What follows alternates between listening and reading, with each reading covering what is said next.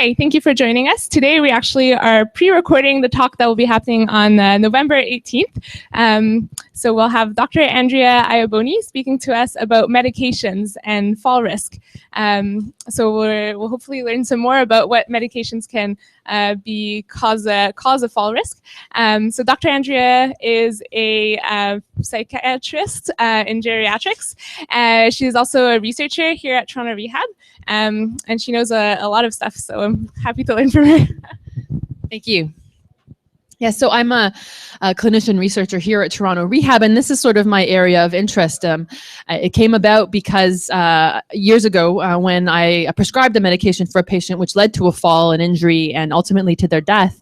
And I became really aware of the way in which medications can actually provoke or cause vulnerable adults to fall. So I'm going to talk a little bit about my research in this talk, but mostly I'm going to be giving some general information about the relationship between medications and falls. How big a problem is this? How exactly do medications cause falls in older adults? What kinds of medications or situations where you might be using a medication that places you at highest risk for falling? And how do we prevent medication-related falls?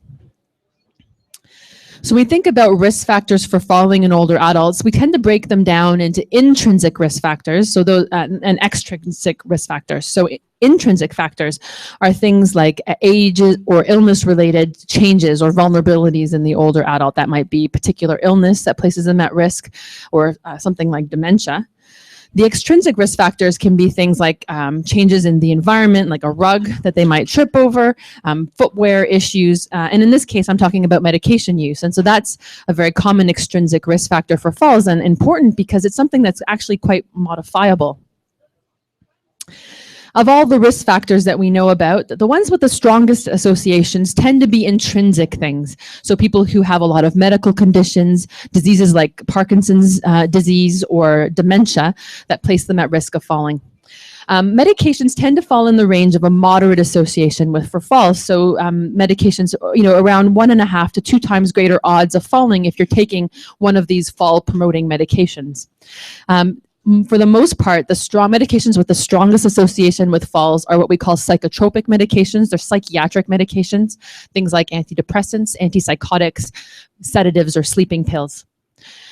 There are some cardiac medications that have a fairly weak association with falls, things like high blood pressure medications and diuretics. Most of the evidence we have about whether a medication causes falls or not are from large studies of populations, epidemiological data, where they look at big groups of people and they look to see if people on the drug and people not on the drug, what are the rates of falls in these two groups. There are some real problems with this kind of evidence and data, and so I'm going to set out these sort of limitations to the evidence I'm presenting to you. The first is confounding by indication, and what that means is that people get a drug for a reason. So either the drug may be causing them to fall, or it actually might be the underlying illness for which they were prescribed the drug that may be causing the fall. So it's hard to compare people who are on a drug and not on a drug. It's a little bit like comparing apples and oranges. There's an issue with allocation bias because we kind of know what medications are dangerous in older adults, and we tend not to prescribe them to people who are vulnerable to fall. So other medications get prescribed instead, medications we consider safer. But then you have someone who's vulnerable to falling who gets prescribed one of these safer medications and they fall. And so over time, the safer medications become associated with falling. It's because how we choose to prescribe them, not necessarily, and who we choose to prescribe them to, not necessarily the risk of the drug. And the final thing that I'm presenting here is that there are a lot of benefits to the medications we prescribe. We don't give them for no reason. And some of these medications can be prolong life and reduce suffering. And so these studies don't really take the benefits of the medications into account. And the reason why I'm pointing this out is that I'm going to be mentioning a few medications by name in this. And I don't want anybody to stop their medication because they heard it mentioned associated with falls. If you're concerned about the risk of falls with your medication, it always makes sense to talk to your family doctor or your prescriber about it before you stop it. So medications cause falls either through side effects or toxicity. And so side effects relate to undesirable effects of the drug on you when it's taken at its normal dose and in normal conditions. And toxicity is more when the medication is somehow at an elevated level in your body, or it actually is producing harm in your body rather than any benefit. The kinds of side effects I think about are ones that influence a person's ability to maintain their posture, so things that affect their balance, their coordination, as well as affects their ability to attend to their environment, to be aware of their environment, so things that affect their cognition or make them sedated or sleepy. Side effects can be acute or chronic. So you can take one dose of a medication and immediately feel unsteady or unwell, or these side effects can creep up on you over time. You've been on the medication for a number of months or years, and actually it's accumulating. They're also often dose dependent. So you're more likely to have fall if you're on a high dose of a medication than a low dose of a medication. So some examples of side effects that can cause or provoke falls in older adults are things like Parkinsonism that can be induced by antipsychotics. So people who are on antipsychotics for several months can develop a rigidity, a stiffness, postural instability, a tendency to fall backwards, and that's related to the antipsychotic drug. People who take a certain class of drug called anticholinergic. So the oxybutynin is one example. It's a medication that is used to treat incontinence, can develop cognitive impairment. And because they inhibit the cholinergic system of the brain, a really important system in the brain for attention, for concentration, for thinking clearly. Benzodiazepines, so those are medications like Valium or Ativan. They produce a sort of hangover effect. People will take them at night to help them sleep, and in the morning they wake up, they have slowed reaction times, they are unsteady, they're sleepy, they're not attending to their environment, and so more likely to fall. Ataxia, which is actually like a neurological condition which refers to poor coordination, can happen due to medications such as anticonvulsants. And people who are on blood pressure medications are at risk of developing a sudden drop in their blood pressure. So if they stand up suddenly, their blood pressure drops and then they can either faint or fall and place them at risk of falling. This is an example of a sort of chronic side effect, one that develops over a number of years, and it's anticholinergic medication. If you look at the blue line, these are older adults who are not using anticholinergic medication. And over like a 10 to 15 year period, their cognition gets a little worse over time, and that's related to normal aging. If you're on an anticholinergic medication, those individuals in the green or the black line, you actually become more impaired more quickly over time. And so it's a very subtle effect, but older adults who are on more than one anticholinergic medication are much more at risk of falling than people who are on one or less.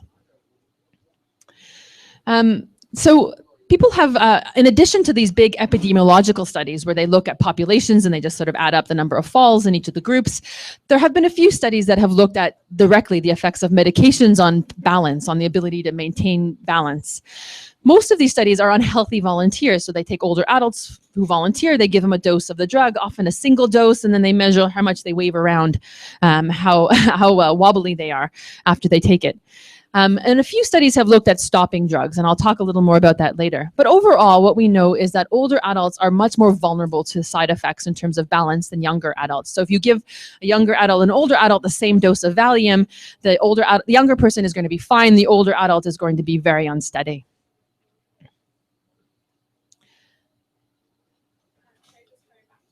Oh, here we go. So this is a study that I'm doing here. I'm wanting to study the effects of antidepressants on balance in older adults.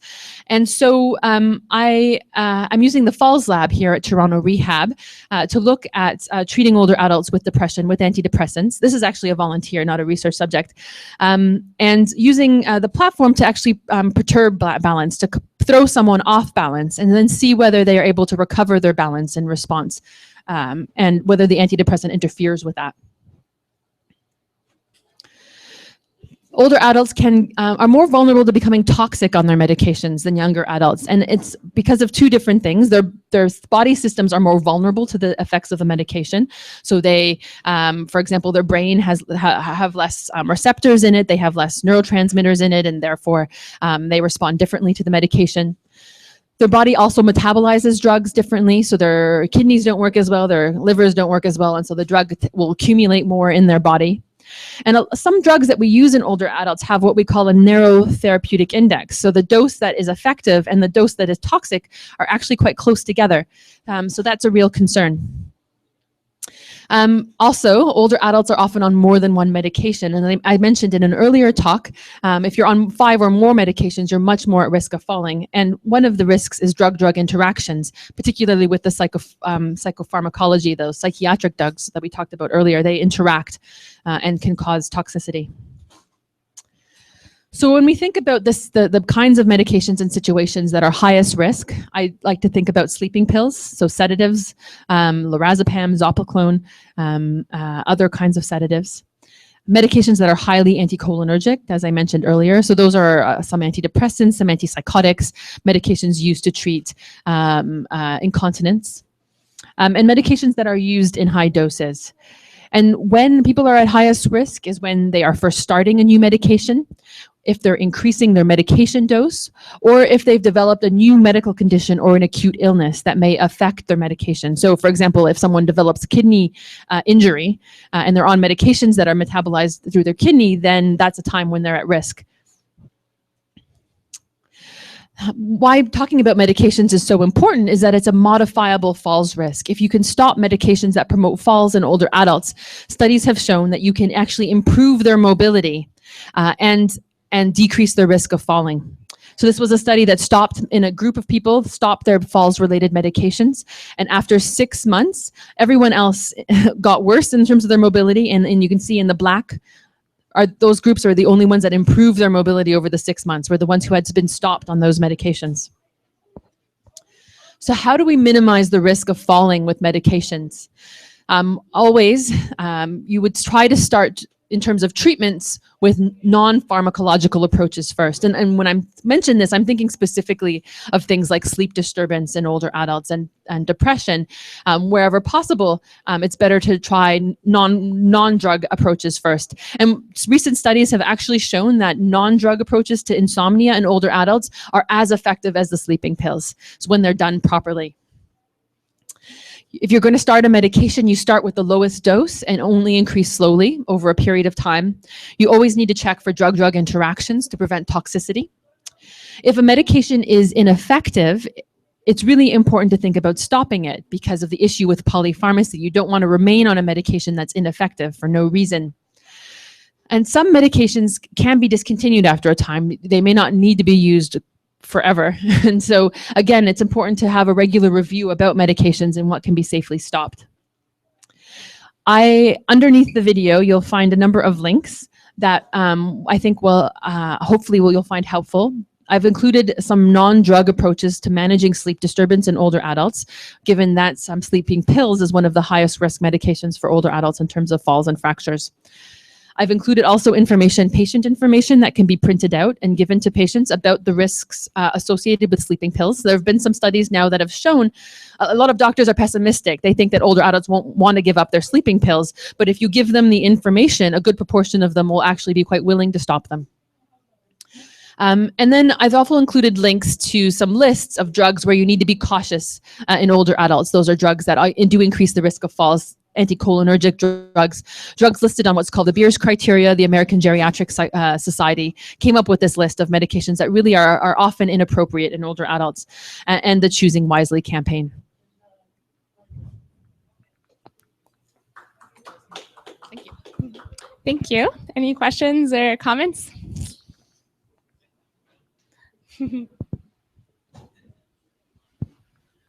So thanks for that great presentation. I have a family member who was put on some psychotropic medication, some of the ones that you mentioned there, and this person had a fall the day after they started. Thankfully, no serious injuries, but it was shocking to the rest of us. This person lived by themselves, and so, you know, and I'm sure if we'd been more careful looking at the list of risks from the pharmacy that's tucked in with the, you know, the medication, we would have seen dizziness was a problem. But really, you know, you don't always want to read all of those things because it gets scary. There's all sorts of things that could be wrong. It's better to, you know, usually you think it's better to wait and see what happens when something like that's happening. And so we didn't really know, our family wasn't expecting this to happen. Do you think that from a system perspective for the doctor or the pharmacist should give some more directed information if someone's starting on perhaps a higher dosage of one of these psychotropics or something that's a problem? Should there be more directed care at that, just so the person isn't left alone, or thinking about things like that? Yeah, and I think sometimes it's not on a lot of doctors' radars. They think about side effects of medications, and they tend to think about really serious side effects, and don't think about falls in that list. And it's certainly something that I always talk to my patients about when I'm starting them on medication. Truthfully, almost everything that I prescribe comes with a risk of falling, and so it's become inherently. The trick is it's hard to know how to prevent the fall.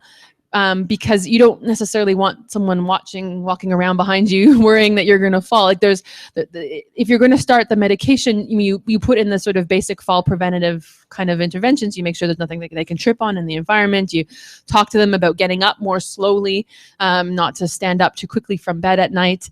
But the real interventions with the medications are related to the dose and starting a low dose and giving them time to adjust to the dose before you try increasing the dose.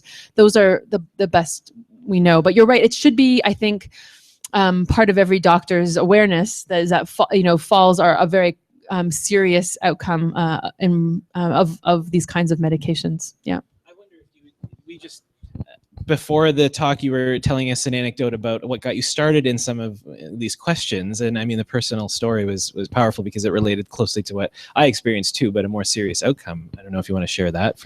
I think I mentioned earlier, that I was a psychiatry resident, and I had prescribed an older adult a medication that had caused them to fall. They broke their hip, and they later died in hospital. And it was the first time that I really thought about the issues of mobility, of falls in older adults in relation to the medications that we use. And I think it's sort of pointed me in this direction in my career. Yeah.